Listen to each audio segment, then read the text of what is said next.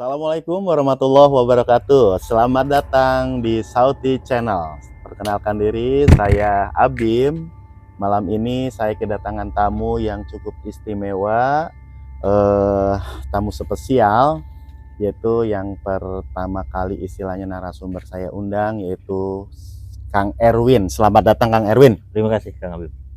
Nah, seperti apa pengalaman beliau? Marilah kita simak terus video ini.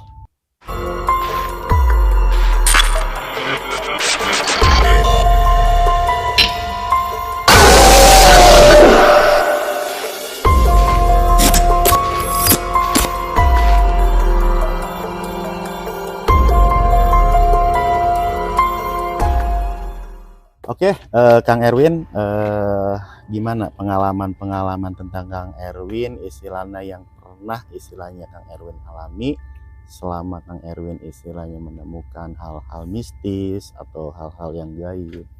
Boleh kita istilahnya untuk mendengarkan Kang Erwin dari pengalaman-pengalamannya. Mangga, silakan Kang. Jadi ini Kang Abim, Heeh. ada sebenarnya ya selama ini ada beberapa pengalaman yang mungkin berhubungan bersinggungan dengan hal-hal seperti itu ya. Karena memang ya saya waktu dari kecil memang tinggalnya bisa dibilang di kaki gunung gitu kan. Oh gitu Kang. Yang masih banyak pohon-pohon mungkin yang usianya ratusan tahun gitu kan, yang tingginya bahkan mungkin hampir sama kayak gedung 4 lantai 5 lantai gitu. Iya. Tapi ada ya justru yang paling menurut saya mungkin sangat ingin saya ceritakan itu justru setelah saya pindah dari sana ke yang bisa dibilang ya udah daerah yang sedikit kota Rame gitu kan, gitu yang ya Kang sedikit ya. rame. Dan waktu itu emang udah saya udah mungkin udah usia ya lulus SMA lah waktu itu lagi ini. Udah ini kebetulan dewasa lah Kang ya. iya kebetulan ada, jadi karena waktu itu sambil nunggu panggilan kerja saya ikut di situ ada pelatihan untuk tim kalau di sini kayak tim SAR mungkin ya, cuman memang bukan tim SAR dari pemerintah. Jadi kita kayak tenaga pembantu lah gitu ya. Tenaga backup dari tim SAR. Nah waktu itu ada acara dan saya yang mungkin statusnya masih debutan lah ikut ke sana, ke salah satu acaranya itu di salah satu pantai di pantai utara Jawa Barat. Jadi jujur aja waktu itu saya nggak tahu kenapa memang dari awal diajak sebenarnya agak gimana ya, agak ogah-ogahan gitu Kang Abim. Jadi begitu kesantai kayak udah ngerasa aduh, apalagi kan ya mohon maaf gitu ya kalau istilahnya kita bandingkan mungkin di utara Jawa Barat itu pantai kan mungkin tidak seramai atau apa ya di bagian selatan gitu kan. Meskipun memang untuk yang bagian selatan ini lebih tinggi, lebih banyak cerita horornya kan gitu di pantai selatan. Itu pantai selatan juga ombaknya gede banget kayaknya tuh ya. Oh iya gitu kan, makanya mungkin dari sana banyak mitos-mitos mungkin jaga dari situ juga. Nah justru nggak tahu kenapa di pantai utara ini yang justru saya ngerasa dari awal berangkat itu ngerasa ada yang gimana ganjel gitu kan, aneh gitu, aneh ya ada yang aneh. Cuman karena waktu itu ya mungkin gitu kan, itu mah perasaan males aja mau ada kegiatan kan gitu kan, apalagi jauh. Belum pernah juga, kita akhirnya berangkat.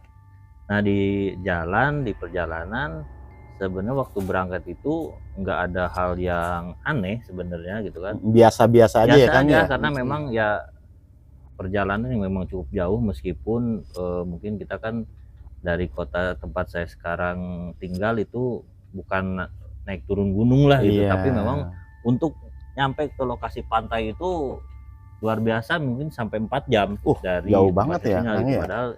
Padahal mungkin kota tempat saya tinggal juga masih deket pantai, cuman nggak tahu kenapa nih pantai yang ini yang kita tuju buat pelatihan ini emang agak jauh.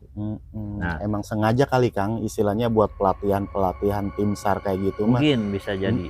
Apalagi memang waktu itu lagi gencar-gencarnya di pantai itu ada kayak promosi pengenalan untuk mengenalkan bahwa pantai-pantai di utara Jawa Barat juga cocok buat wisata waktu itu. Jadi nah itu memang di perjalanan nggak ada yang aneh, cuman sebenarnya tadinya nggak aneh, cuman setelah kejadian yang saya alamin itu saya ngerasa bahwa itu mungkin ada salah satu penyebab gitu kejadian yang saya alamin, yaitu ketika istirahat udah sampai ke daerah pantai, cuman belum ke lokasi ya.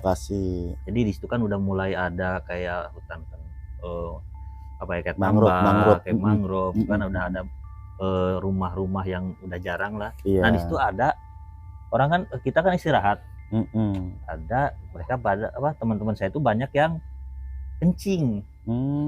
Nah kebetulan ya ini nggak tahu emang dari situ atau bukan, karena jujur aja sampai sekarang kalau cerita lengkapnya sih gitu, saya juga kan nggak tahu ya, nggak terlalu ini penyebabnya, cuman firasat saya kejadian yang saya alami itu di situ. Jadi ada pohon asem kecil sebenarnya gitu kan, nah orang banyak yang kencing, terutama mungkin saya sebenarnya agak lupa ya, mungkin saya juga ikut di situ kan, di pohon itu mungkin, karena sebenarnya lupa waktu udah ya setelah kejadian itu teh nggak langsung ada apa efek-efek yang kejadian apapun gitu. Setelah istirahat kita sampai ke pantai, begitu nginjak pantai itu ya hawanya beda. Apa yang dirasakan tuh Kang Erwin tuh? Kayak pengap terus ya, hawanya tuh kan di pantai angin gede, itu kan anginnya banyak gede, harusnya kan sejuk, tapi ini enggak, jadi kayak ruangan yang agak panas pengap. Hawanya tuh beda gitu kan. Nah ya awalnya sih karena memang ada kegiatan, kesibukan sama kegiatan itu kan, ngerjain ini nggak terlalu itu, di ini ya, nggak terlalu inilah. Nah yang setelah istirahat saya coba ke arah mungkin muara disebutnya ya, batas antar sungai sama laut. Nah di situ udah mulai kerasa lagi tuh, jadi di pantai banyak orang, cuman ngerasa kayak sepi Pak. Oh gitu. Jadi begitu saya di muara itu, nggak tahu kenapa saya ngelihat di sambungan apa, batas antara air sungai sama air itu tawar, rasanya kayak aneh gitu kan. Ada jadi gitu di situ nggak ada penampakan Kang, cuman hanya rasa doang ya. Dari hawa udah nggak enak gitu kan. Nah terus juga di situ kan ya karena memang mungkin karena ada kegiatan itu kan, jadi nggak kerasa ya Kang ya, karena nggak terlalu kepikiran. Cuman setelah pulang itu kan, pulang dari situ mulai ada kayak semacam gangguan-gangguan. Tapi kita saya waktu itu belum ngerasa ada yang aneh, lagi-lagi kan kita masih pikir positif. Yang paling bahaya itu saya hampir ngelindes yang jatuh di depan. Waduh. Jadi nggak tahu kenapa itu kan kita lagi iring-iringan, di depan itu tahu-tahu nggak ada halangan, nggak ada apa, orang motor jatuh. Tapi nggak sempat ya Kang ya. Tapi untungnya masih bisa ngerem, cuman justru ya, istilahnya alhamdulillah. Saya yang kena tabrak orang dari belakang. Gitu. Iya. Nggak tahu kenapa Pak itu. Jadi orang tuh udah kayak tahu-tahu ngeguling aja, kayak hampir celaka gitu kan.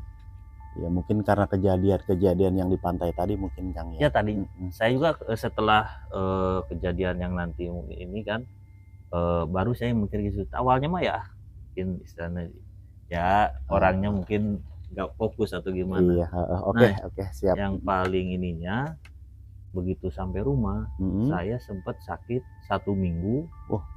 Itu ke dokter katanya sehat, minum obat tapi nggak sehat, ya kan?